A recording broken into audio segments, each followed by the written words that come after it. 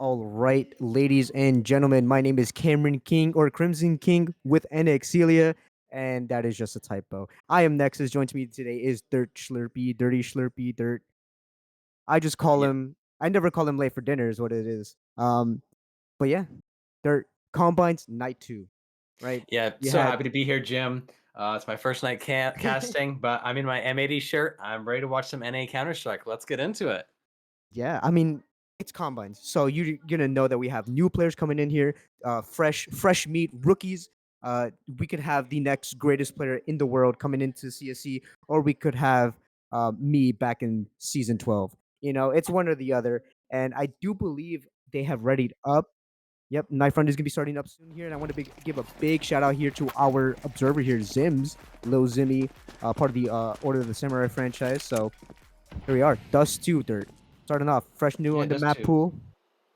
Yeah, looks like they're starting off with a cat rush. All five going up short now. The CTs are adjusting to fit up and match their play. Got a dink on Kayusi.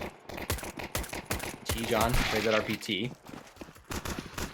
T's now slowly making their way up from the site, but get caught by the lurkers.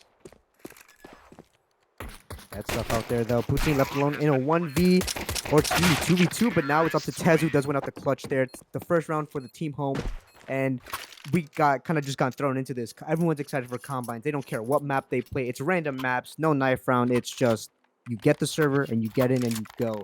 So combines. They're for all of you who don't know what combines are. This is exactly how we determine your placement here within CSC. Show off your skills, show off how good you can be, and it will hopefully accurately place you in the correct tier so that you can play at a reasonable skill level and either improve or completely destroy the opposition here. They are going to be in a save round, so nothing too crazy here from the team away. But yeah, combines. This is what determines your MMR, what determines your placement for the entire season, and it also helps the GMs, AGMs, scouts, and captains see what kind of player you are. You are going to be seeing some scouts come in into your VC in the combine channels, and they cannot talk. They can only listen. So not only do you have to play well, you have to be good as a teammate. There, Dirt, you've been new to CSC fairly recently for the last couple of seasons. I know I do recognize your name there. As they start walking up cat here, what can you say about your first time in combine? Yeah, my first combines, I was definitely nervous. It was back in the CSGO days on that notorious CS2 no stats season. But yeah, it was a lot of fun, but just nerve-wracking, trying to impress people, trying to do good. But, I see a lot of new names here. I'm excited to see what roles they play, what storylines are going to develop throughout their season. And as you see, we can get into a one-man show right here on QC. Yeah, there Not was a finding couple the of USPS kills. Sorry about that. A couple of USPS kills coming out from the CTs. I mean, it's a full save round. That's the best you can really hope for. But yeah, now the guns are going to be coming out. We're going to be seeing a little bit more strategy here. And once again, it's combines. There's going to be someone who is going to be elect themselves a leader, and that's what the GMs are looking for. Someone who is gonna, be that voice of the team, and it could be the determining factor on whether or not you make it onto a team. There, they're trying to cut you off there, but like combines. How do you like once again how you felt about it, but also what do you think is more important as a combine player? There's definitely two aspects to being good at combines. One, you have to frag out, which I think is probably more important just because of stats. And then there's also the working together. I think the fragging out matters a little bit more now, as you'll get drafted that way, and you can really show off your team play by the preseason. So while I do think it is important to work well here, I think you need to just ultimately aim good. Yeah, we saw it was a pretty standard round here in Dust 2, just a long take. Just quick kills coming back to back to back. It was a bonus round for the team home side, so they're going to be upgrading to the AK-47s there, and just nothing really too lost there. But now the guns are completely out now. Both sides have the guns that they want. What are you expecting for this round, Dirt? Well, it's a little interesting you said that, because I'm noticing a Tech 9 and a Scout on the tees. So while they do have the firepower of the 3AK setup, they are going to be lacking a little bit if they lose some players.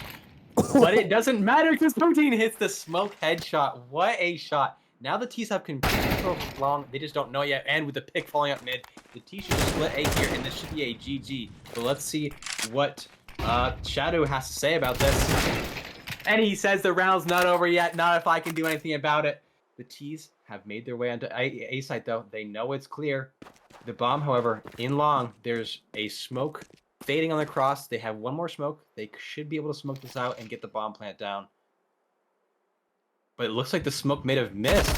He did! But KUC fails to get the trade. He does not get the smoke spam. The T's should plant this bomb. Yeah, I mean, Shadow had a really good opportunity there to walk up towards Cat after spotting the bomb, crossing over from that missed smoke there, and going to be tossing for a fake flash. No, actually tosses out the flashbang itself. QC does finish the kill onto Poutine. That's one of the players low, but does a lot of damage there. Shadow clearing out Goose. Tez does go for a very early peek, trying to isolate the 1v1s, and it doesn't work out there. So now we are tied 2-2, but, you know, it could be nerves. Like you said, there's a lot of new faces here. T-John and QZ and Eric for sure. Tiny Ellie, for those of you who don't know, is Tiny Elephant, and they were a player here in CSC a couple of seasons ago. Ended up winning a trophy, I believe, under the AVI banner. They're coming back, making their return. I believe they're returning as a PFA, if I remember correctly. In league discussion, they were talking about returning as a PFA, unless their Tuesdays open up. So nothing but good things to say about them. As both a player and as an in-game leader. And now it's a standard B rush, Dirt. What's gonna happen here? Well, hopefully Shadow can get a big strike here. It should be easy, but it's not. He gets dinked. The round is over now. There's no way you should ever lose this hold as a team now. This is a huge turn of events. A pistol rush ends up in a bomb plant on B site. Let's see if the CTs are able to get back into this round. They're slowly making their way up. There's a player flanking on through T-spawn. It's gonna take him a while to get into this fight. But T's get another frag, gets quickly traded out, gets a second, gets a third! Oh my gosh, what just happened? It was a retake, a very fast retake, matter of fact, actually. Tiny Elephant really coming into their own element there, picking up a couple of quick kills, 3 kills in the round. Peeking out from window, not going too far aggressive, not over peeking, not swinging out wide as like they should. They were waiting for their teammates to come in, but took these small engagements and had the aim to back it up, right?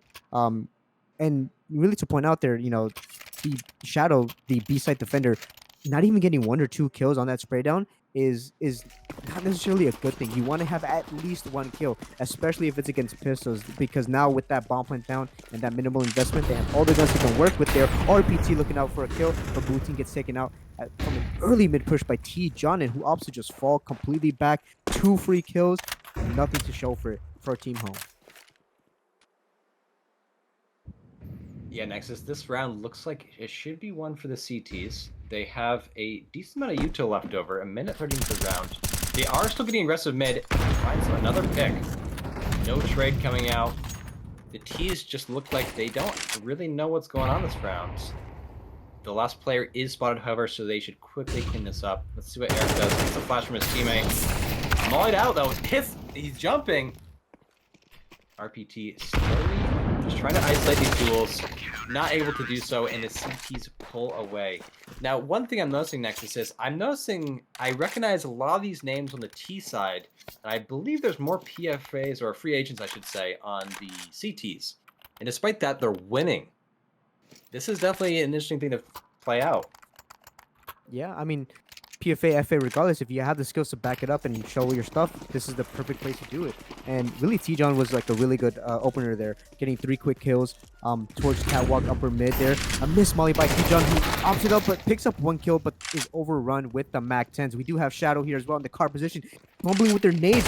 He pulls a gun in the right side, picks up 1 kill, 2 kills. Can he pick up the 3rd? He does, with the flashbang coming out from his teammate in Eric. And Eric comes in with another quick kill as well. A very fast-paced play from the Team Home, but nonetheless a really good CT hold there from Team Away. The AK really did come in handy there. Head armor regardless was quick tap.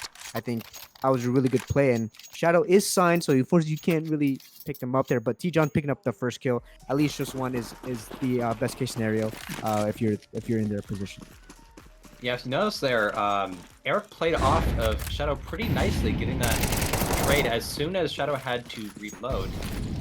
Looks like they have a little bit more coordination going on. As we can see, they got a pick right to start off on B-Web, who's currently the top frag for the T's. And the T's look like they're falling into a mid to B, slowly defaulting.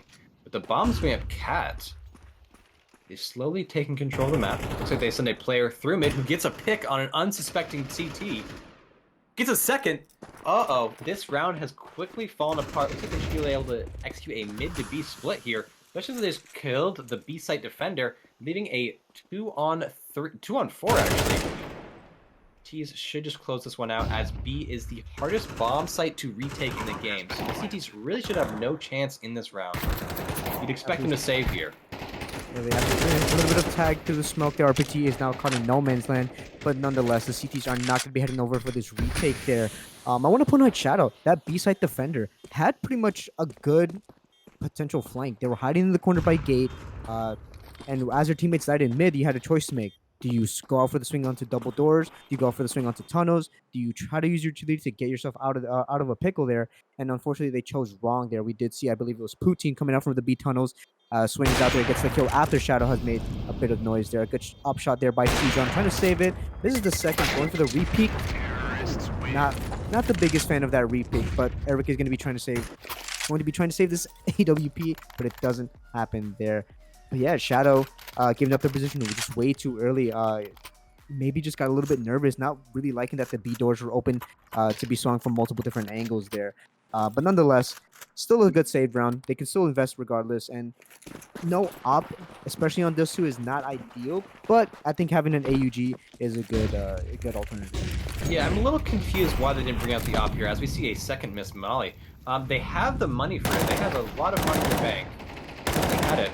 As we can see, the T's are doing a 5-man execute up mid. So let's see how Tiny Elephant is able to stop this push, except he misses a frag. Could have done a lot of damage. Look at the long doors push, though. Yeah, the CCs have cleared out long doors, but they're not going back to site. The T's have an open A site, they just don't know it yet. Now T-Guns realizes what's happening, drawing some util to clear them out. T's still just stalling out on A. They don't know that the site's free. They've given up their advantage. Tiny Elephant, they're gonna be taking out the kill. Doesn't matter. Poutine quicker on the trade. With the spray transfer there, but T-John is left alone on the A bomb site. Gets the dink, but doesn't get the frag. It's all up to QC now, who just has no HP to really work with. There's one towards Xbox there, slowly walking away. QC could catch a time in here, but that Molotov is going to prevent them from going any further. A very heads-up play here coming out from Team Home, trying to inch their way closer back to an even score line. But I think this is just a save from QC. I don't think there's anything that they can do. Yeah, you really want to see him safe here. I'm not sure why he went for that. He has 3 HP and an AUG. With that extra money, he could have bought for a teammate and been more comfortable. As you can see, the CPs are going to have not the full util. So that was a little bit of a misplay out there. But shouldn't punish them too much. They should be able to afford some stuff here that'll just be a little light on the util. As you can see, the MP9, multiple MP9s coming out. So that AUG would have been a pretty big save here. And we can see the T's are doing another B rush. Let's see how QC is able to hold it off this time. Ooh, another missed grenade. Seems to be the theme of the match. A little bit of a missing aim here, and it ultimately fails them. T's take B site again. T's are on the quick flank though with MP9s. They might be able to contest this round. They definitely can. Tez picking up that kill does prevent one of the players from rotating in from the lower tunnels. It's a 3v5, excuse me. They have the M4A1S to save. I believe this should be a better save going all, unless Eric going for the trigger discipline play, does pick up the first kill and opts to swing back around. He goes for the second, does pick it up, and now the retake should be coming on now. It's now still a 3v3. The hardest bomb site to retake, but Eric is taken out now, and now they're going to be going for the official save. Time is going to be running out. Only one kid onto Shadow, and it wasn't going to be likely there. But yeah, a lot of mistakes being made from a lot of these players here, whether they're new or not. I think the nerves are getting to them, and I think making mistakes in combines is more than okay. I think not only does it help show the kind of players that you're working with, you know, do they get upset at themselves? Do they get upset at the teammates who made the mistake? And as well as being a good indicator for GMs, AGMs, captains, and scouts, it's also a good indicator for the DEs to understand, do I want to play with this person? Do I want to play with this franchise? Does this franchise have a notorious name behind it? You know, there's a lot of different things you can get from a kind of player within these combines, even if they are signed. So don't be afraid to make a mistake here. I think it's better that you do. A fast, long play coming out here from Team Home. trades back to back, but Team Home does come out on top. The T's gonna be coming up here fast. So fast CT smoke as well. They're pushing it forward. The bomb's going in. Eric is here over here towards Catwalk. Spots ahead going through. Does take up some damage to your Tiny Elephant. Through middle, gets caught out by Poutine and Bueb as QC is still here, holding for the cross. Flashing coming in here, gets blinded and does not recover the spray. Bomb has been planted and it's all left up to Eric, who was last seen Cat. I don't think they understand exactly that he was gone. And yep, 4 HEs. They know exactly where Eric is. Hard to flush them out, but are they going to be aware of that they're ahead of it? Crouches down. Here's the footsteps. Going to be jumping on him. Oh, but the step has been made and he realizes it. Does pick up the kill onto Bueb though. Bueb spots out the second player and is almost out of bullets. 4 HP, but it's not looking likely. They're going to be tucking their tail behind their legs, between their legs, excuse me, and going to be running away, saving towards the B-side dirt. It's now 5-6 in favor of Team Home. Yeah, next is what I'm seeing is the T's are really effective on their fast, just run at them, rushes. They seem to be working out pretty much every single time. They're only losing their post plants. And it seems to be compounded by the CTs missing a lot of their early util, as we can see. Multiple missed nades, long doors, a couple missed smokes towards B main. It really seems like the T's are trying to capitalize on their fast momentum, and the CTs are getting a little bit nervous and flustered. Let's see if that trend continues this round, as they're doing another fast long take, it looks like. Sending 2 players through the doors with the bomb, so if this play fails, it's not going to be good. The CTs don't even try to fight it. Gear Slayer knows this. He knows this guy's car. The double molly smokes himself off, so they know. He's right behind there. Doesn't get the spam, but the nade gets him. CT's not... They're slow to adjust. They're not watching... Not even trying to contest, but another guy gets picked mid. A site is now wide open. T's are able to realize this. They're getting onto A site as Tiny Elephant's pushing B. Gets traded out, and the round is over just like that. Nexus, what do you think the team away needs to do in this second half to be able to pull forward? It really just depends on the kind of players, right? We have a lot of information on, the entirety of Team Home. Bueb, Poutine, Tez, Gearslayer, and RPT have all been players here who have been here for longer than a few seasons, especially Tez. For those of you that don't know, I was on a team with Tez back in Season 9, and Tez was an absolute demon in the contender tier. So I know exactly what they can do here. And I know the kind of play styles that some of these players can play, very aggressive, very in-your-face kind of player. But for Team Away, we have almost no info besides Tiny Elephant and Shadow. We have no idea if T. John or QC or Eric if they're all hyper-aggressive T-side players. Are they very hyper-passive? Are they the best lurks? It really comes down to just the individual players itself there. I think they're going to be going for just, at least from this pistol round, they're going to be just all in all at once. T-John, very aggressive, past the molly and picks up the kill onto Tez as well. 2 CTs still here, and now they're going to be flooding out from the long doors here. Gets taken out of their teammate in Poutine and RPT. Quick kills coming in. Gearslayer now waiting for the crosses. Bueb does pick up Tiny Elephant. Gearslayer gushed down. Picks up 1 kill into Shadow, but the bomb has managed to make their way across, and the secondary CT in Bueb is still very far away, but making a lot of noise. Are they going to be ready for this? No, they're not. He picks up the kill onto QC. And great shot. 2v2, yeah. I really like that play from the T's, just being really aggressive as they're slowly closing out this round. Bueb, no kit, just trying to find some early picks here. But it doesn't look like this is going to be a clutch here as they're struggling to shoot. Yeah, as I'm floundering my words right there. I really like that play from the T's there, pushing out through that Molotov.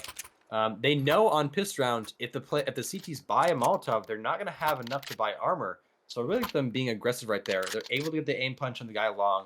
It really allows them to take the site and win the round there. We can see T's buying up here with a lot of MAC-10s. Looks like they're going to do a B rush.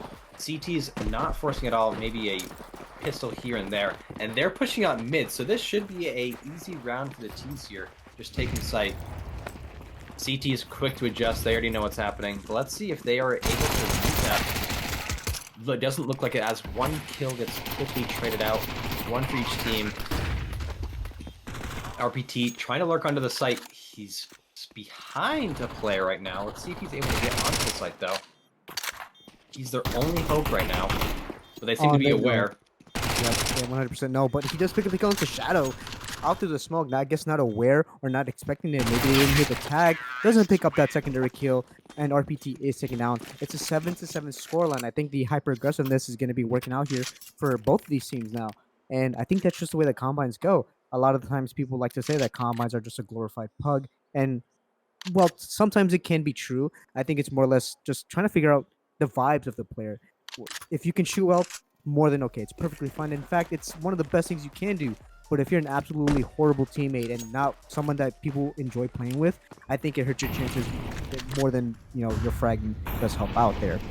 So I think just being a good overall person and a good teammate is good here for the combine, showing off your stuff. And the hyper aggressiveness from these players is going to be going in, and the ideas are not going to be flowing as efficiently as let's say a grand finals winning team, right? Obviously, the tracks are not going to be completely curated; they're not going to be finalized. There's no real playbook here. It's just feel out what the map is, pug it out in a little bit more coordinated environment. As you can see, the 4 T's up short, just B-Web holding on to this site here. Gets the first, doesn't able to get the second, does not get the second. There is a player long and there is a player CT. So the home team still has a chance in this round, though it will be difficult. Let's see how Tez analyzes this new box. Not going to use it. He's not going to boost himself up. He's going to slowly make his way through ramp, gets the first kill. Now it's a 2v2. They have a chance at this round. No kit, though, so they have to work fast. They spotted both players. Tez not able to finish it out as Tiny Elephant gets both, clutches up the round for the CTs. Now, we should still see a buy from the Ts. They had a MAC-10s that round. A lot of MAC-10s that round. So they're able to upgrade all their weapons now on 5 rifles. CTs, however, still on a light buy. That really ruined their economy right there. Yeah, it's so early on in the half and throughout the game as well, so they have enough rounds to really work with to allow these half buys, these mixed buys to really come out. And who knows, they could end up netting them the round win here. Gearslayer is taken out by Shadow. RPT is close here by the doors. He cannot pick up a kill. He does pick up one, but that's all they're gonna get. Tiny Elephant picks up the kill, but gets quickly traded out. That's an AK-47 recovered for Team Home. They should be saving it, but it's combines. I think the best way to show off your stuff is by going for an impossible clutch and hitting the most insane shots with Deagles and AKs. If we do see Tez swinging out here, picking up the first kill. Oh my! Yep. Picking up that AK now that everything is on. Gets tagged down by the Molly. Spots one, does pick up the kill. Tez running through the Molly, through the fire and the flames. And 1v1 situation. Eric trying to play bomb timer. Let's see if he's able to work out. He clutches that. Real big blunder by Tez running through that molly there. I get it. He wants to be aggressive in that situation, but not keeping in track his health there. Which probably could have got the trade, if not the round there, if he simply waits an extra half second. Pretty big blunder. Indeed. I mean, it obviously maybe mistiming the molly. The way the CTs and team mollies are now completely different now with the spread. I don't think the time has changed, but maybe they were trying to, hoping for a different sort of change of pace for the mollies. But yeah, Tez is getting a little bit too hyper aggressive there. I understand it, but oh, that's not going to be a nice look for Tez. Hyper aggressive in the last round and has their head completely ripped off in this next round. It's not looking good so far, but once again, it's still early on in the half, so we still have some time for a lot of these players to really understand their mistakes and understand a misplay and capitalize on any opportunities that's given. Web, fuck out, a lot of players. Smoke has coming into position here. Poutine picks up a quick scope onto John and picks up another onto Tiny Elephant. The blood is flowing Eric onto Bueb though. What is happening? That was a very aggressive and very risky kill as he gets one through the smoke. Oh my gosh, what is Poutine on? Goes for the hyper aggressive smoke lurk through mids, is able to catch the T's on their back, and then able to not only get 1, not 2, but 3 with the one through the smoke. T's have lost the bomb, probably lost the round at this point. But what a play out of Poutine. Unfortunately for you guys, he is already signed, I believe. So you're not going to be able to pick him up. Crazy plays. But he is caught out lacking down in mid. RPT gets the quick one on short, so he knows where this last guy is. Gearslayer is able to quickly piece him up. And now, what a play. Yeah, just the hyper-aggressive opera there. Early days of combines, people are still kind of trying to figure out what kind of play style they are playing, especially if you're new to more organized CS, more team-oriented CS. I think you just if you play Face of Pugs all day and you just kind of solo queue or you play with your friends, you don't really have set defined roles. I think you just play wherever you're needed. But within CSC, you kind of start to understand what kind of player are you? Are you a hyper aggressive entry fragger? Are you a passive lurker? Are you an aggressive lurker like Blame F? And the early days of combines really just show the formations of these players here. RPT, some great damage here from the catwalk, and then with another flash to kind of help them get another secondary frag, but doesn't matter. T-John just makes a trade there. But yeah, early as a combine, just solidifying yourself as a player here. Tiny Elephant onto Web, Poutine onto Tiny Elephant back, and just trades back and forth every which way. The bomb is still towards top mid though, and Poutine with the self flash. I don't think they realize that the bomb is here, but it is, and the bomb is completely down. A mistake coming out from T-John. They don't have bomb, but they're executing, and neither team knows that they have the bomb then. Looks like the T's are a little bit flustered, throwing 2 cross smokes, both missing while they don't have the bomb. CTs have realized this, however. They're slowly going to meet up. Going to be a big gunfight here that should decide the round, and quickly Poutine takes down Kayusi, leaving a 1v2 situation for Shadow. History books only have so many pages, but Shadow's story is not quite finished here. Let's see if he's able to isolate these duels. He's at full health, while Poutine and Tez only combined for around 80. So 1 to 3 bullets on each player should be able to quickly dispatch them. He seems to be slowly checking out his angles, taking this very slow, very careful. Seems to be aware. Let's see if he checks his corner, gets flashed. Oh my gosh, what a perfect team play. What a flash there out of Poutine. That is that signed player knowledge right there. Yeah, the experience here of these, CSC players, just having those seasons underneath their belt. Tez being one of the veterans here of CSC, really coming out. I honestly, I wholeheartedly believe Tez called for that flash. I think Tez is going, hey, he might be mid. Can I get a flashbang? And that's what combines are about, right? More organized CS, being okay with asking for a flash and actually receiving it, other than just asking for a flash and getting the decoy thrown in your face.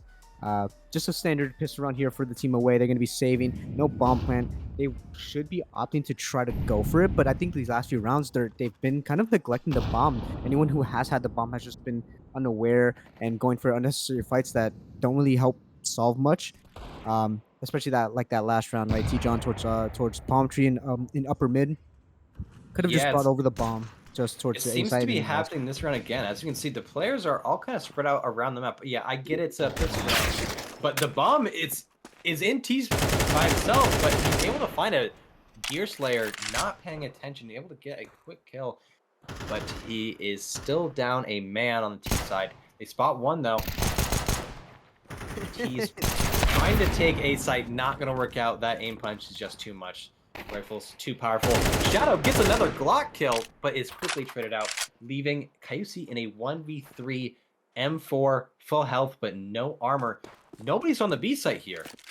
What is happening? They know he was last spotted in tunnels, but they seem to be unaware of where he is currently. He has a chance at this round, as long as he doesn't get aim punched here. Taking a very aggressive hold. I like this play out of him, but it is just not good enough. Tez with the superior aim, even getting the wallbang headshot here. Good effort, not quite good enough. Yeah, and while the bomb plan is more than fine here, especially with the economy, the way it's playing, and the amount of rounds that the T's have lost, just overall, I think it's better for them. They should have more than enough to buy here comfortably. But ideally, getting a couple more kills onto Team Home would kind of put some strain on the economy. While they are not looking the best overall, RPTs on the XM, but I think that's just a personal choice. Tez with the only player with a lot of money left over after the buy. I think just having a couple more kills there from Team Away would have been nice. But yeah, neglecting the bomb is not something they should do. So a lot of players here are new to this concept. And fights coming in. Poutine picking up a nice triple kill, but quickly traded out here. But look at B-Web. Fast up mid. And the timing is no longer there for Eric to catch them. I think they're going to be keeping Tiny Elephant locked in unless they both look away. Tiny Elephant coming in here. Gets that headshot. And now a minute and 20 seconds left on the clock there for the 2v2 to really boil down to the wire. Yeah, only a minute 20 left in the round, and there's 4 players left alive. This round has gone by fast. CTs seem to be a little bit unsure of where the T's are. You can see One's hiding away on car, and one's hiding away on ramp. They are aware now that this mid to B is coming in. Let's see if RPT is able to hold them off. Spamming, not able to get either of them, leaving Gear Slayer the bottom frag in a 1v2 clutch on the hardest bomb site to take in the game. This will surely be an interesting round here. He has a kit, he has a molly, and he has a smoke. He should be able to isolate some duels here. He doesn't spot the player going into long, into tons. Uh-oh, this could be bad here. He knows where one player is. Not sure where the second is yet. And that's just rubbing salt into the wound there, getting the little tag through the door, stopping them from swinging any further. It's a 10-10 scoreline though. First game of the night, and we're already having a very close head-to-head here. Dust 2, while some people may say it's a boring map, I think it's the most fun map. I personally have a good time on it because I'm like a coin. I either go 20-3 with 95% headshot rating, or I go 0-25 with 6 ADR. It's one or the other here. Tiny Elephant gonna be swinging out mid, pistol round, just Deagles, and a couple of 5.7s. I did see Snacks have a really good play here on Dust 2 on the beat bomb side with a 5.7. Eric doesn't check it. The AK now retrieves for Poutine, but no armor to really support this AK. But Tiny Elephant spots the shoulder, goes for the He misses, and he gets taken out. Poutine almost gets a third, but RPT with a quick Deagle headshot onto Shadow. Oh That's my keeping gosh, up the what a round here. Even with all these trades coming out, the CTs somehow find themselves ahead with knowledge on where these players are. RPT's on a nasty flank. The T's might not realize that he is top mid. He's gonna be checking it. Missed shot out of both of them. Uh-oh. T-John finding a wallbang kill. Going hunting now for the bomb.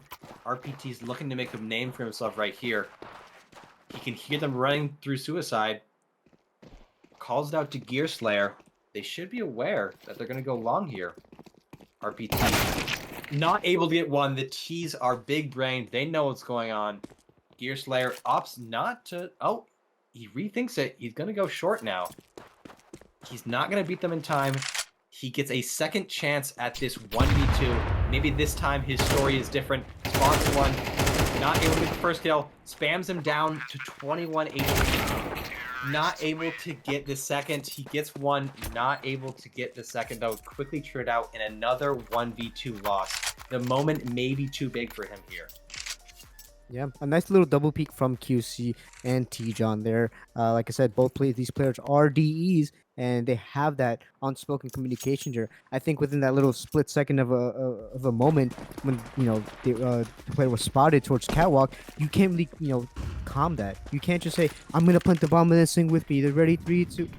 I think having that unspoken communication is what they're going to be looking for here. B-Web, an ambitious push up to his mid. Gear Slayer does pick up that kill into QC. So 1-for-1 trade for both these teams. But once again, these 1-for-1s really favor the T side, especially if you double up there. Two teams want to go for a re-aggression. Tiny Elephant's going to be taking that out though. Trying to recover from that lost round or lost player just a couple of moments ago. RPT now trying to capitalize on the same thing with the XM. Gets taken out as well. These aim duels are just going the way of Team Away. No pun intended. As we do see them hopefully capitalizing on this 12th round win for them, giving them match point and either winning out the round, or we're going to be seeing overtime. Now, Dirt, I don't know if you've seen the serious discussion, but there have been talks about limiting the amount of overtime in the combines, and I'm curious to see, what are your thoughts on it? I am definitely all for limiting it to 1 overtime. As a man who has played multiple quadruple overtime combine games, it is just not enjoyable. It ruins the fun of the night.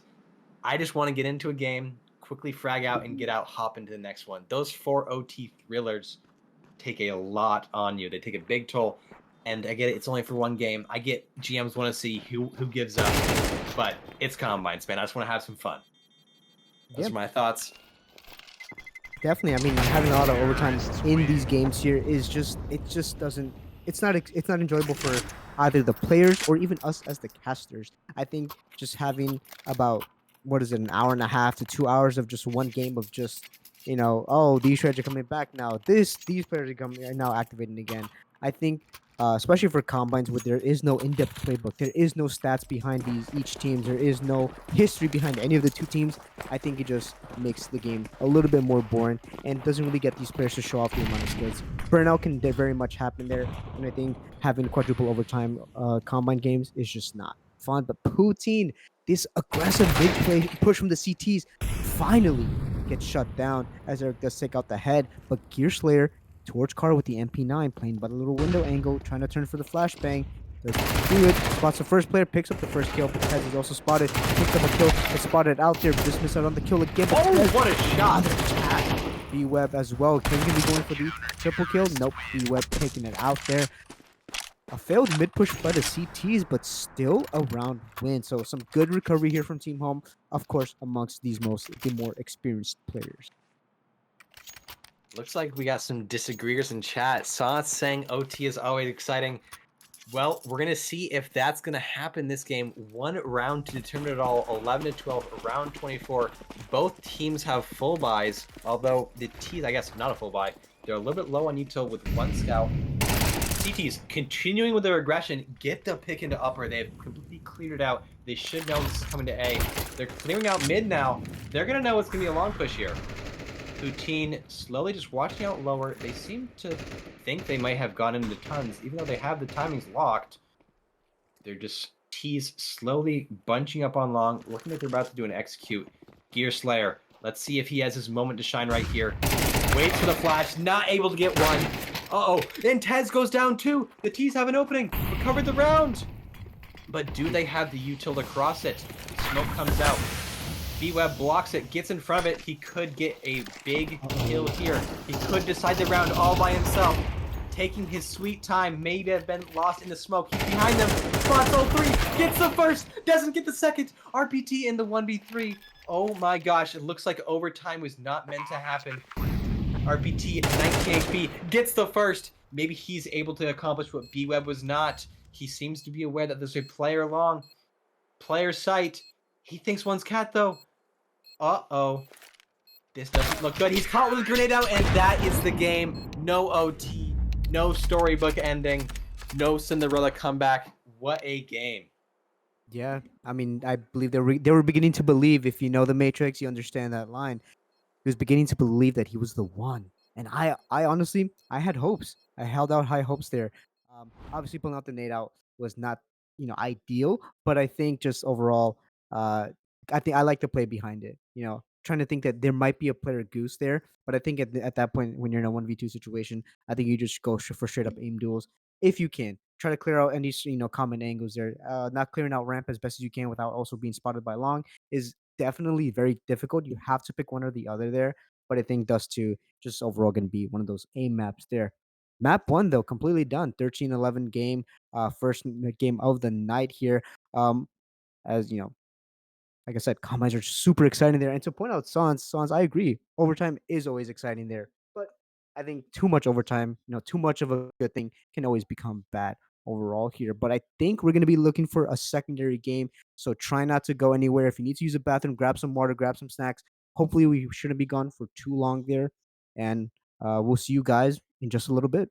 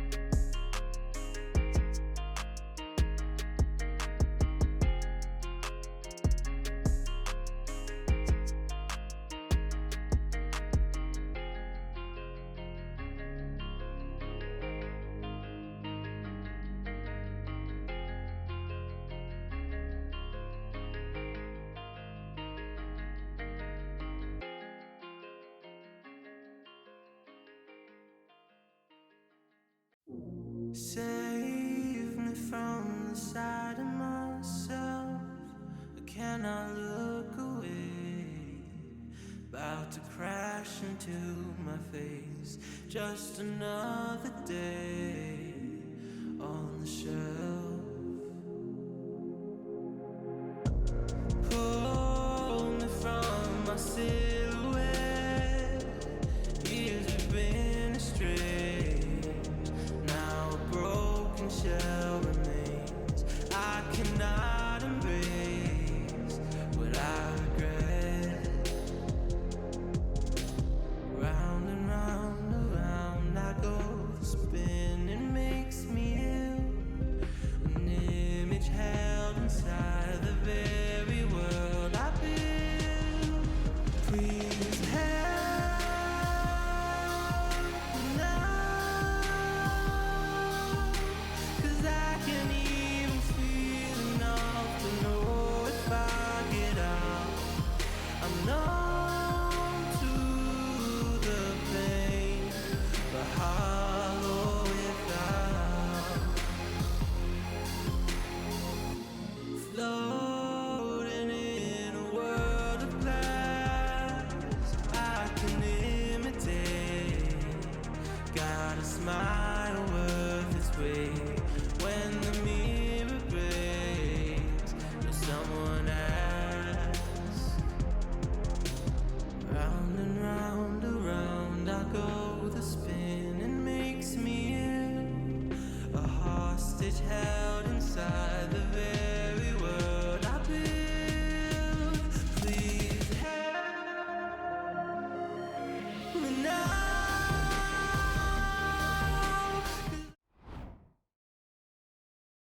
All right, we are back with the second game of the night. The server should be just loading up really quickly. They're going to be in warm up for the meantime there. Um, but yeah, what a wonderful first game there, Dirt and Combines Night 2. Once again, please get into the queues, sign up, and I want to make this a point. I forgot to mention this in the beginning.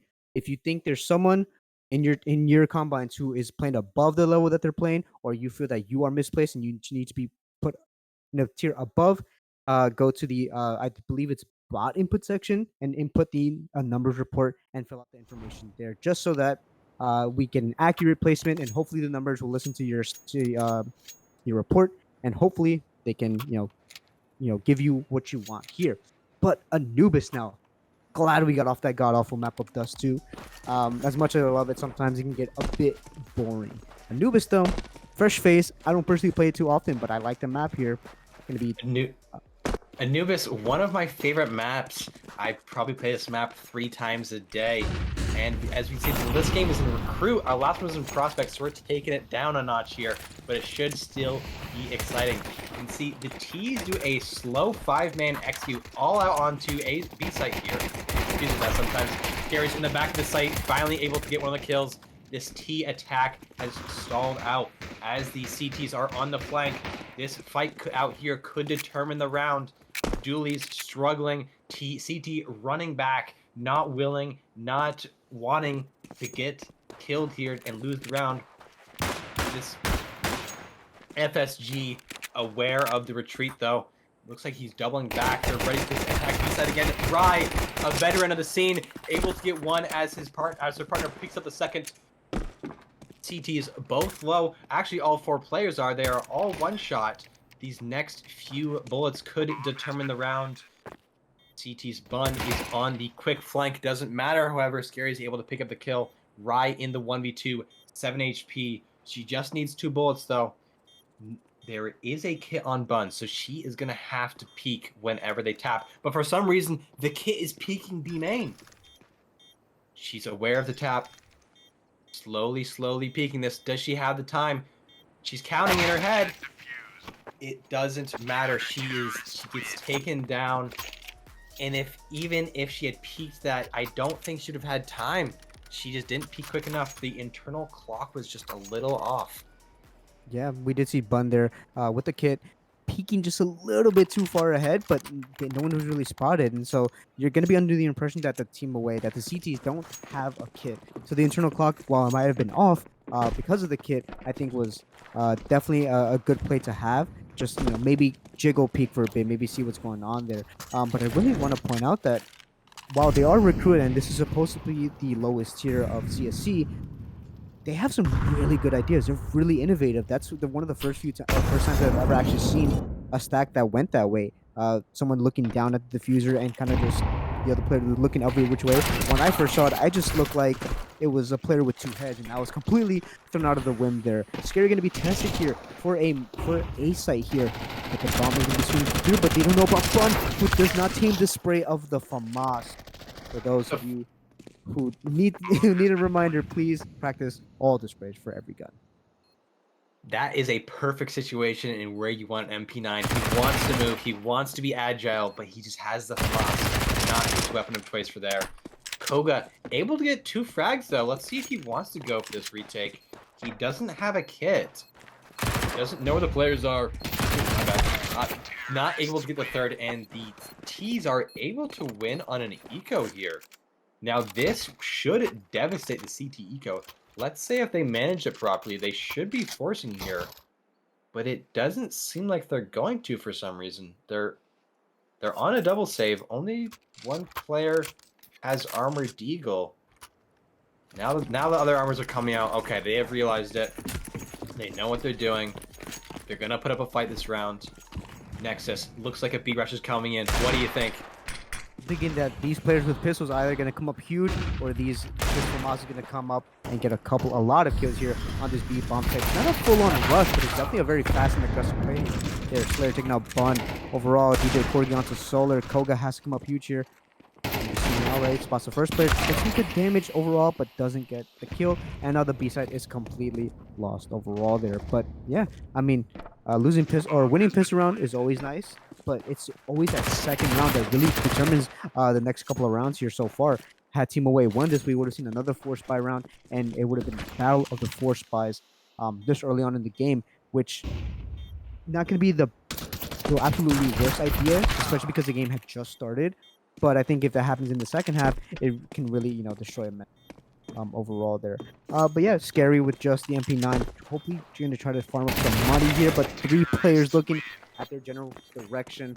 Obviously, just from the footsteps overall there. So Team Home picking up 2 rounds in a row. And now Team Away are going to be opting for a full save here. So only USPS. But one interesting thing to note here, Scary, while the rest of his team is struggling, he is currently 7-2. The top frag in the server by over double. I get it's only round 3, round 4 now, but he is off to a hot start with a 146 ADR. He is the star of the team right now. He was even able to get that 1 trick kill when he peeked those 4 players on that retake there. So it looks like he might decide what's going on for this team here. As the T's are doing another aggressive B here. They should take this one easy. It is an eco. Gary goes down without a fight this time. He's playing the bomb. This round should just be over now. Yeah, and kind of straight away from here, as you do see Bun going for a trigger discipline play. I'm hoping they just get the kill, but anything can realistically happen here. They're going to be spotting into each other, calling out that, going for the knife. Wait. Oh, no. Oh, wait. He doesn't. Oh, he baits his teammate to do it, but that is worth it in my heart. Bun getting that sweet $1,500 and the AK. This is huge. That should really help out their eco. If he can manage to keep this AK, he may not be able to. No armor, peeks in, and he gets taken down by the recon cross headshot. Even so, without that save, that is a lovely play. Straight demoralizing. His first kill of the game, and he is feeling it. Yeah, I mean, going for the knife play or knife kill is always cheeky, and I always think back to this one moment. I was pugging with Fuffy, one of the I believe one of the AGMs for the Aviary, AVI. And for those of you who have pugged with me, I almost never go for knife. The one time I do, the guy out of nowhere randomly turns around, and I get completely destroyed. So I have never and will never go for another knife kill ever again. Look at this boost though by Bun. taking out DJ Corgi. Not expecting this is such a weird boost. You don't really expect it this early on or even at all. It's one of those uncommon boosts just because it takes a little bit of time to really set up so you can get the correct angle and good place to see. But Slayer taking out Scary with a good angle there, but gets quickly traded out there by Trojan Horse, who's now towards the A bomb side. They're going to be testing him here. Mid is completely open. Bun still stuck on that boost there, not moving an inch. Oh, but they're stuck in heaven now. That's Trojan Horse. Gets smoked off here. I'm going to be coming in. CTs are finally rotating. They stuck on that boost a little bit too long. One thing of note here, that knife kill allowed him to buy the op, which got him the kill, which gives them the 3v3 now. So these little kills are making a huge implication in this round. Let's see if the CTs are able to bust this defense. Rye is spotted. Rye is cut out. The CTs now have a 3v2 advantage. Missed shot. Missed shot again. T's have got into a 1v2, aware of where both players are. Gets the first. Not able to get the second. Bun gets the kill with the op. That knife kill wins them the next round. Holy. Wow, what a play from Bun. He is now feeling it. Got his kills back up to 3v3. Defuses the bomb. What a round. Yeah. I mean, the retake was a lot closer than it needed to be, especially with Bun. And I believe it was Scary. Correct me if I'm wrong, but staying on that boost for too long is not really ideal. Not only do they know exactly what boost you're going to be doing, they're probably going to be pre-firing it, but also you can now play mind games with them. You probably are going to be telling them, without actually saying a word, that that boost is still active. They now have to be aware of that boost. Whether or not they go for it again, it can be an angle that they now have to clear and be careful of and be afraid of now. And so if you just left off that boost and went elsewhere, had a 1-1-1 setup, 1A, 1B, 1 mid, and just had all eyes everywhere, it would have been a much cleaner and a much easier retake for that round. But nonetheless, they still win it out after the fact that good kills by Bun. Fuller with the XM, only picks up the 1 kill. Koga now behind the CT smoke. Now mollied off the rest of the team.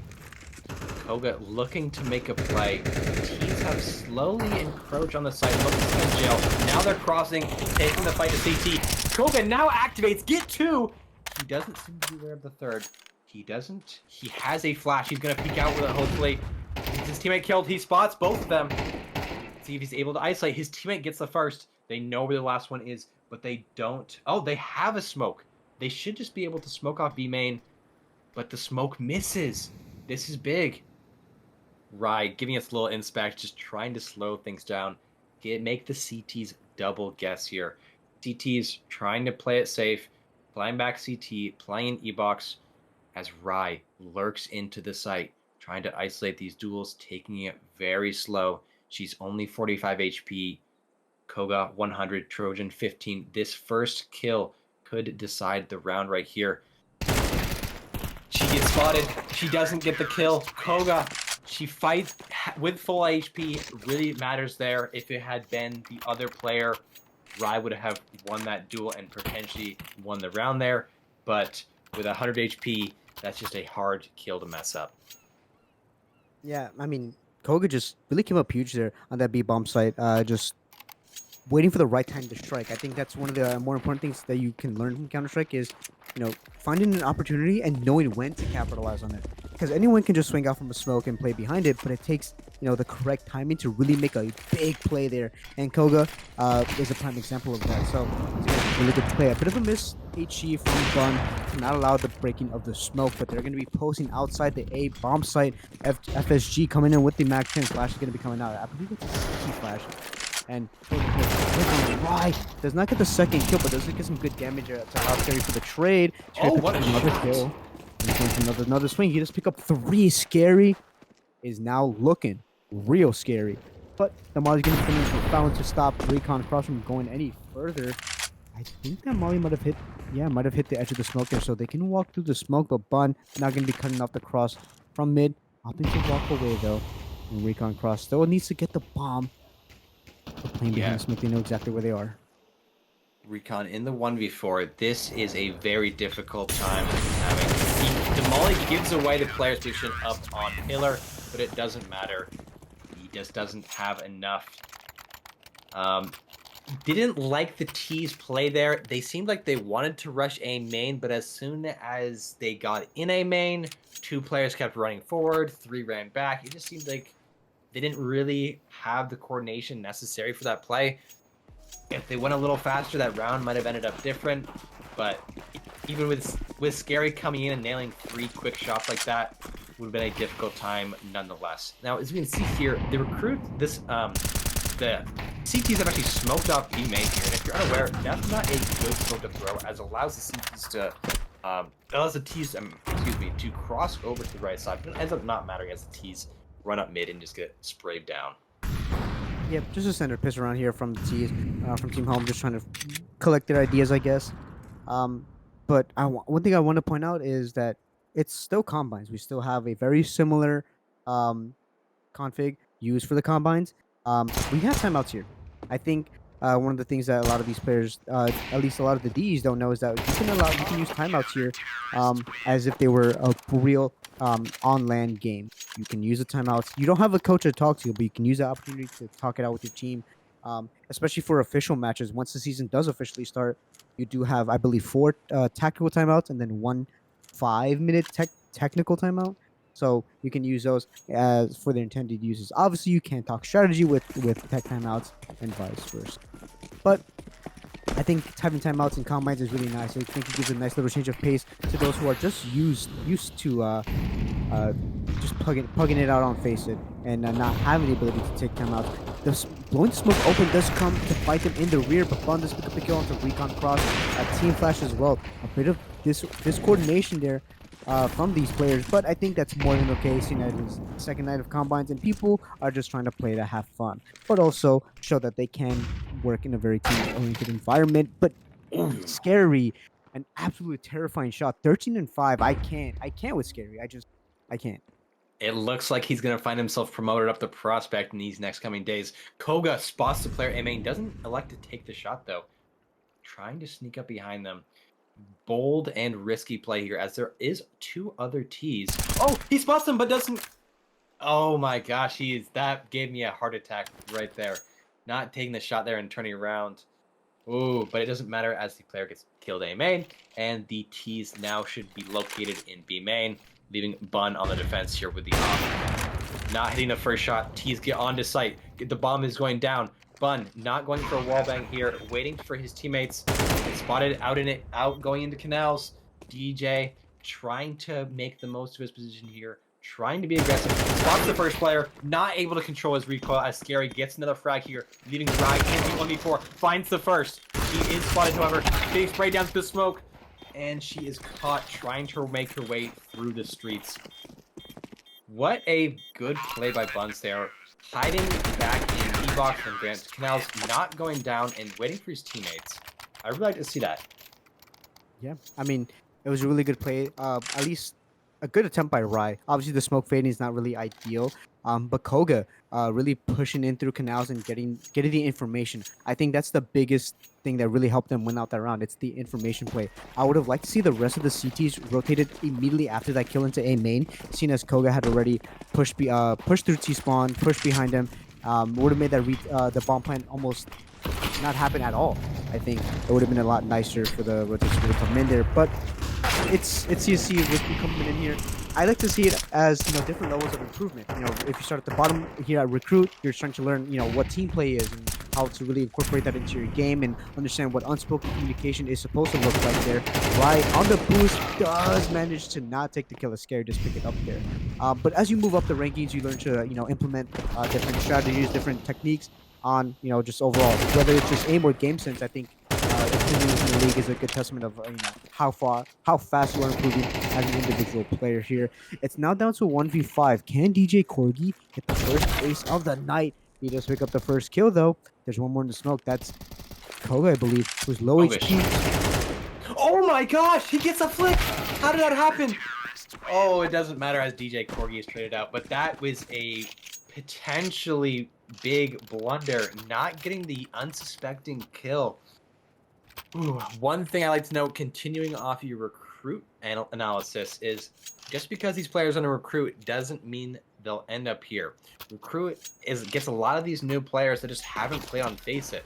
So while they might have a low rank, they are actually way better and can end up be potential tier breakers. I think we all remember Mills.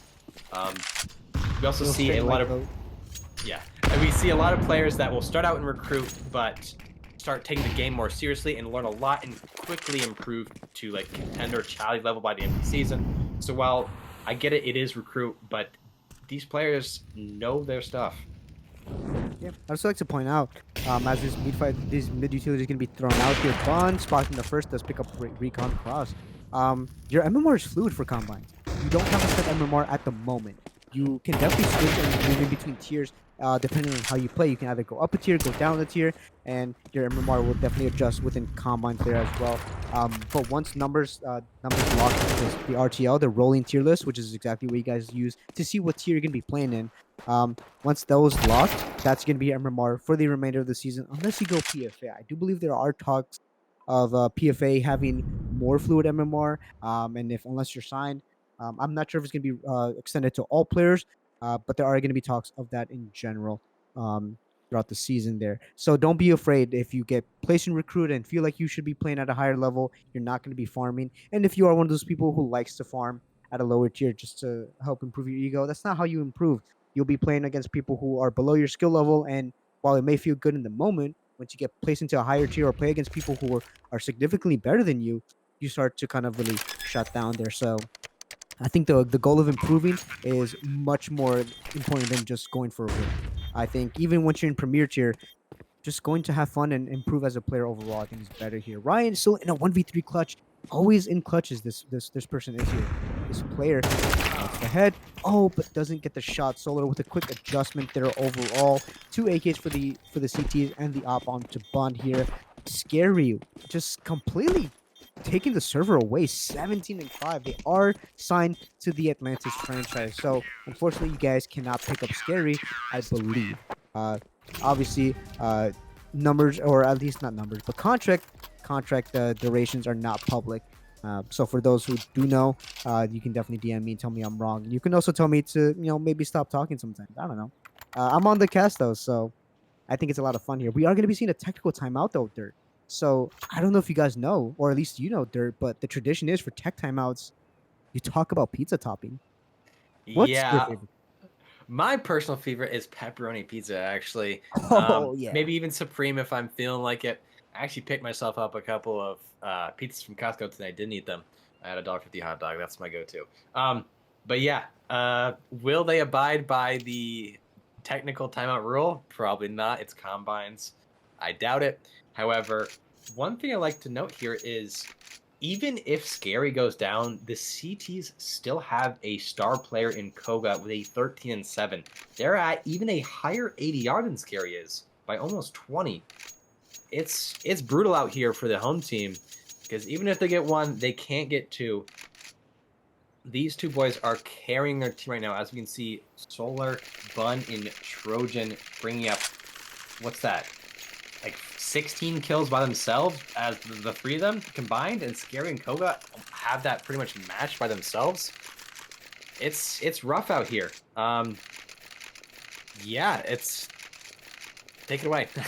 Yeah, I mean, it's definitely going to be just a tough, really, to deal with the team away here, especially when you have, like you mentioned, there just two superstar players coming out. But I think that's what really, brings out the best of people in combines. If you can understand how to deal with, an absolutely superstar player within a tough environment, a stressful environment where you have no set executes, no set plans, no set strategy, and you find a way to get around these kinds of players, it's definitely going to help you in the long run, both as an individual player, but also as a team player. When it comes to in-game leading, I think a lot of people get a bad notion that it's the in-game leader's call. It's the in-game leader says all. It's a dictatorship. Whatever they say is the law, and you must follow it to a T.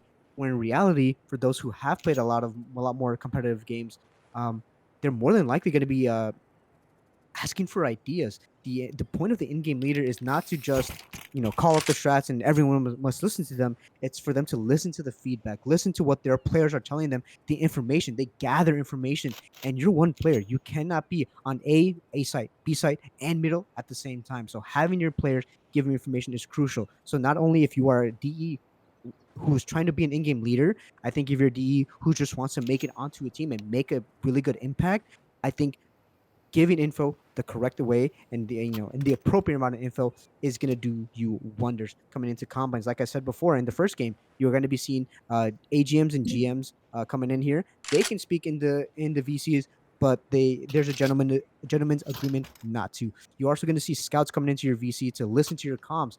So once again, don't put on the facade. Be who you are as a player, and hopefully you are going to be on someone's draft list. So keep that in mind as we do come closer to the draft day. I don't exactly know the date is dirt, so if you happen to know it, please let me know. If you in the chat know when the draft date is, please let me know. I have not been keeping up with any of the dates so far as I have been busy, but I think this coming draft is going to be super stellar just with the staff teams really changing up this season.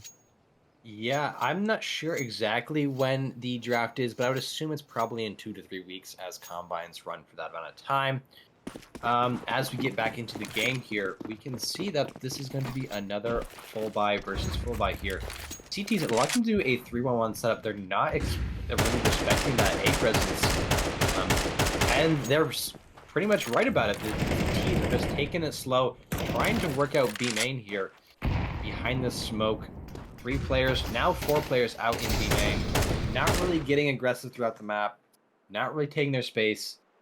It doesn't seem like they're working too well right now, but DJ Corgi has found himself onto the A site. Let's see if he's able to calm that to his team. He's calling up the A site is completely clear here. No rotates coming over. This kill could decide it. Oh my gosh, he gets the first kill. They have a 3v5 advantage as they go over towards B. They should have rotated over, but it's too late now. They're slowly... Oh, they cancel the rotate. As soon as the player gets killed in A, they're doubling back, saying, no, let's just stay towards B. CTs, let's see how they're adjusting. They're shifting another player over through canals. Bun's calling out. They're not here. Does he realize it? Koga, one of the top frags, preparing for this 4-man assault. Is he able to go back here? Gets the first, gets the second, gets the third, doesn't get the fourth. Oh my. FSG left in the 1v2. Wow, what a play by Koga there. That is a huge hold for him. Bun with the grade does that finish off him. Gets him down to 10 HP. FSG in the clutch. Aware of the first player. Not able to get it. Wow. What a spray down that decided the round. Tease not aware of the player pillar, and it cost them dearly, ending the half 9-3 disadvantage on the most T-sided map in the game. This is not looking good. Absolutely. I mean, Koga, I believe, just really capitalized on that position there. There was a molly to try to flush them out, but with no sound cues being heard and no one really making any footsteps, I think Koga was in a perfect position. Whether that molly missed or not, I think Koga managed finding their way back behind Yakindar pillar is the best play that he could have done to solidify that round. But on top of having good game sense and good positioning, it really boiled down to the aim as well, because you can have the correct positioning, but if you can't, counter strafe properly and hit the headshots that Koga was hitting, I think you just end up getting damage instead of the triple kill that he had managed to get there. And so, I mean, Koga definitely going to be moving up there, definitely going to be on a lot of people's radar now, alongside, fragging it alongside Scary there, as we do see Slayer gets taken out by Solar and Koga as well. There's a couple of kills to come out there, and the molly coming out. We talked about this earlier in the first game. When if you see a molly, chances are they don't have any body on them. He's able to quickly dispatch the mid players, gotten onto A, taking out the players there. They do lose a player out in boats, but this is going to be a tough retake for the CTs. No kit, 1 player with armor, as 4 Ts are left alive.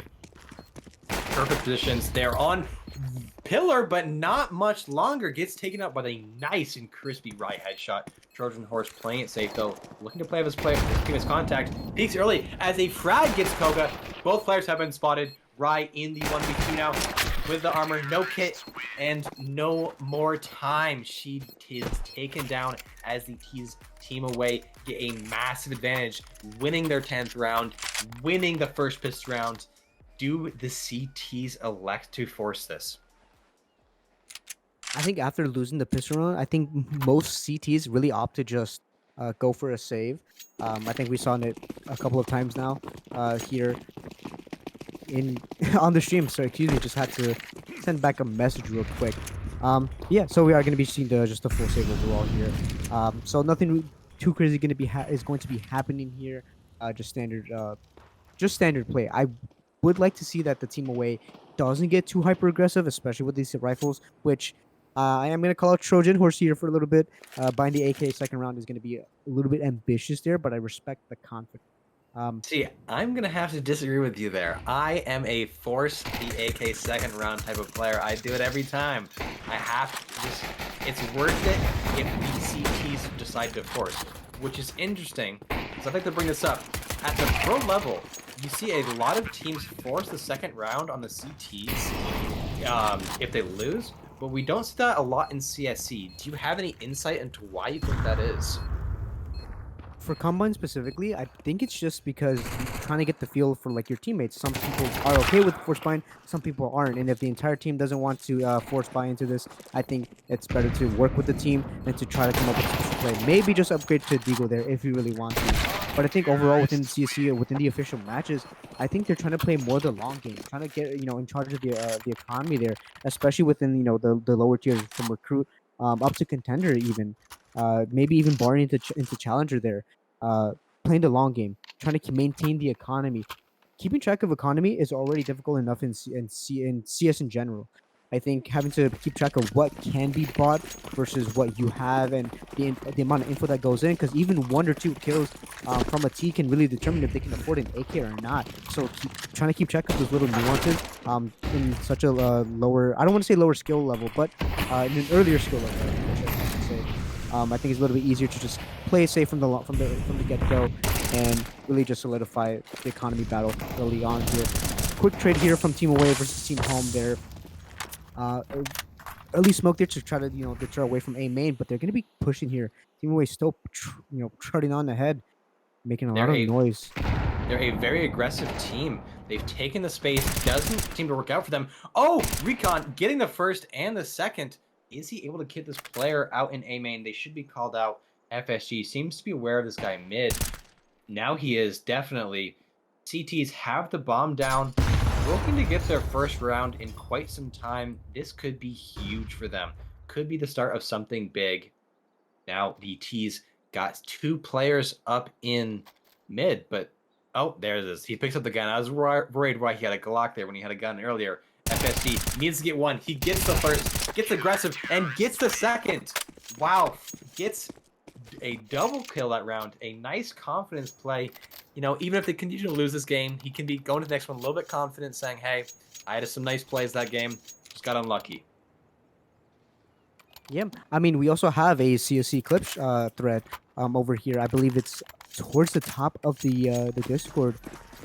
Yeah, right underneath the announcements tab, there's a CSC clips thread, excuse me. So if you guys do hit some crazy clips here in your combines, be sure to post them there. We're hoping to get some more content going out there as well here. But yeah, just some quick plays from all these players going in. A nice flash, Koga really pushing in there, but FSG is now starting to activate. Their blood is pumping. They're warming up. They're swinging and they're shooting. They're fragging a lot. A couple of HEs going out there. Bonto down to 1 HP. Trojan Horse also really low HP. That molly is not going to touch them. It goes a little bit too deep. I missed the molly coming in, but Jay Corgi, let's pick up the kill onto Bun. Gary looking to make a name for himself in these combines here. Not able to get the first kill. And the CTs clean up the round without losing a single player. That is huge for the economy, guaranteeing that they have a buy into the next round, so they're able to contest that match point. Now, this may feel like a little bit like a cosmetic comeback, but you love to see some fight with these players towards the end of the game. You see their ADR slowly rising up. We can see FSG getting a triple kill that round after the double in the previous round. He seems to be coming alive for this CT team. You know, big time players make big time plays, and it forces us into an eco here. Slayer not able to control the MP9's Rico, and he goes down. This could be it. Oh my God, DJ Corgi! 3 What? kills. He gets synced down and doesn't pick up the 4th recon cross. Obviously taking the kills. I think we I don't think we boot recon cross. I think that's perfectly okay. You take your teammates' kills and you rub it in their face. You show them you could have gone to ace, you could have gone to 4K, but I took your kills. I think having that little bit of friendly banter along with your team, especially when you are making a comeback, is great to just help the team morale. I think whether you're in a combines, in a face-up hug, or even in a premier game, I think having good positive vibes, even if you are losing, can make or break the game here. But CSC, we're here about competitive play. Now we're not, as much as I want to say we're not too hyper competitive. There can be times where players just go a little bit too far. But I think we all know to keep it all in good fun there, and a very deep A main smoke to allow DJ Corgi to really be able to fight without being afraid. Most of the Yeah. Malians in case someone's up front, but opts will fall back. I'm not really a big fan of what the T's are doing here as they get the first kill. I just don't like the slow play not taking advantage of this map space, but it doesn't seem to matter as they have a 45 advantage. Let's see. Oh, Recon Cross gets the kill while flashbanged. It's up to DJ Corgi here. And he get another spray down as their player gets taken out. And Kevin gets taken down at headshot. He's able to get one. Oh my, the T's, even with just bunching up, managed to take their 12th round. The CT is just not able to compete with that firepower. They have the money to force buy into this next round, but this could be it. They cannot make a single mistake anymore. They do not take a timeout. They're just ready to go into this round. Oh my God. Yeah, I mean the team home really just kind of peaked one at a time. What I would have liked to see is just someone really waiting for their teammate to take contact. We did see a player there by Broken Wall, going for the spam and eventually end up dying. But I think there's a player close by Clarks to really solidify a nice spray down. But then it's coming out so far. Scary picking up the first kill, but then quickly traded out. Trojan Horse picking up that kill as well. That's the bomb drop though, so they're going to be rotating over towards a bomb site. But Bun through the smoke, catching the timing, understands the timing. The bomb was dropped. But they're still going towards A? I think Bunch should be calling this getting them back. He's just, at this point, I think it might be too late. They are, it's executing the site. Recon Cross against the first flick. He seems to be checking his back, knowing that there's a player behind him. Rise trying to take and isolate the duo on site. Oh, Slayer. Sorry. Slayer in the 1v1 situation now. Doesn't know his opponent has an op. He has a smoke. He can get across safely. The opper misses the shot. He's low on ammo. He has to smoke this off. The T's smoke off the bomb themselves. Slayer could have smoked off something, but he elects to smoke off the bomb again. He has a kit. He can't find the bomb. Bun now going for his second knife kill of the game. Is he able to find it? He is! Oh my gosh, Slayer doesn't stick it. He might have had time. Bun, 2 knife kills in this game. Oh my. Getting the win, getting 2 knife kills. What do you think about that as a GM? I mean, for Bun specifically, I think they already are signed and they have that confidence. They're going into these combines with just the free spirited mindset.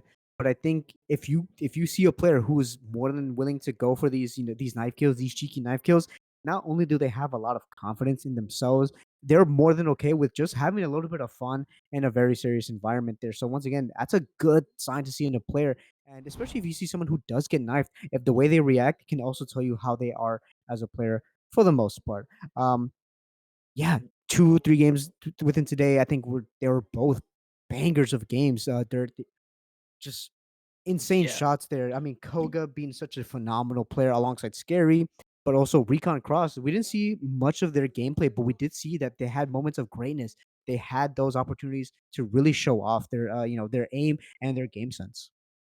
Yeah, speaking of another shutout, Trojan Horse on that winning side, just behind Scary and Koga. But as we see, as those 2 players dropped off towards the end of the game, Trojan Horse was able to bring himself up, finishing with around like a 114 ADR and going positive. So really a late game player there. You like to see it. Rough start, but a great finish from him. CT's having a little bit of a comeback there. willing to put up a fight. You like to see that as well. That was a good game. It was indeed a good game. And as much as I really would like to stay and cast it all throughout the entire night, like I have in the past, unfortunately, responsibilities are clouding my free time. So I am gonna have to be ending the stream here. So unless we can get some other casters be coming in here, I think we're gonna be ending off the night after those two games. But don't fret if you are wanting to play. Please head on over to the Discord at discord.gg/CSC and do slash sign up to put in your information and get your tier. Will take a little bit of time, so uh, don't be discouraged about that. And the combines are going to be playing throughout the entire night there. Some players are probably streaming their POV if they are playing in there, if they are already signed, or if they're just here to have fun. You can definitely check out their streams as well. We still have the B and A streams still up if you want to check those out as well. I'm assuming they're not going to be ending off anytime soon, but I could be wrong. But if they aren't, you guys should definitely check them out there. But with that being said, is there anything you'd like to add? No, what a fun time we had tonight viewing these games, viewing these stories.